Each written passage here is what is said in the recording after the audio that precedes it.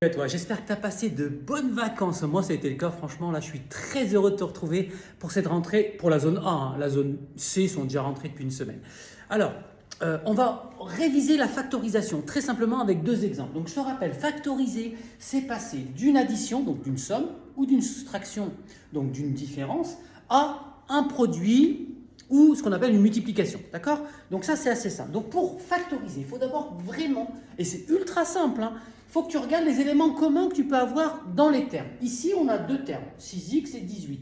Qu'est-ce qu'on a en commun? A priori, rien. Mais qu'est-ce qu'on sait? On sait que dans 18, il y a 6. 6 fois 3, ça fait bien 18. Donc déjà, on peut décomposer 18 en 6 fois 3. Donc 18, en fait, c'est 6 fois 3.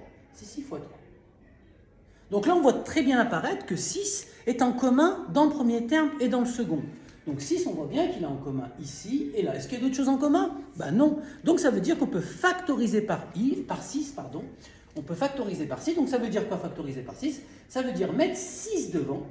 Devant quoi? Devant un facteur. Alors qu'est-ce qui reste? Donc quand tu absorbes 6, qu'est-ce qui reste? Il reste x, d'accord, d'un côté. Et il reste quoi ici? Il reste 3. Donc ça veut dire que la factorisation de 6x plus 18, ça sera 6 facteur de x plus 3. Et d'ailleurs, pour le D, c'est exactement pareil. C'est la même méthode, le même principe, la même démarche. Donc là, on regarde les facteurs, donc on en a deux. Est-ce qu'on a des éléments en commun? A priori, non, mais tu vas voir qu'on en a. Donc déjà, on peut décomposer 6. 6, c'est 2 fois 3. Donc on peut écrire 2 fois 3 ici. 9, c'est 3 fois 3. 3 fois 3. Donc déjà, on peut factoriser, on pourra factoriser par 3. Donc déjà, c'est important, on peut factoriser par 3. Est-ce que c'est tout? Eh bien non, c'est pas tout. Parce qu'il y a quoi? Il y a aussi x au carré. X au carré, c'est, je te rappelle, le carré, c'est le nombre multiplié par lui-même. Et puis là aussi, on a x. Donc qu'est-ce qu'on va pouvoir faire? On va pouvoir factoriser par plus que 3.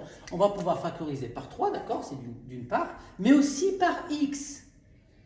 Par x. Donc c'est-à-dire qu'on va pouvoir factoriser par 3x. Donc si on factorise par 3x, ça va nous faire 3x.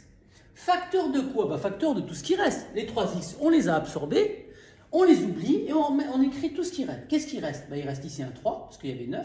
3x, parce qu'il y avait x au carré. Donc facteur de 3x moins, n'oubliez pas oublier le moins. Qu'est-ce qui reste ici dans la deuxième parenthèse? Il reste le 2, uniquement. Donc 3x moins 2. Donc voilà, c'est comme ça qu'on factorise et pas autrement. Je te dis à bientôt.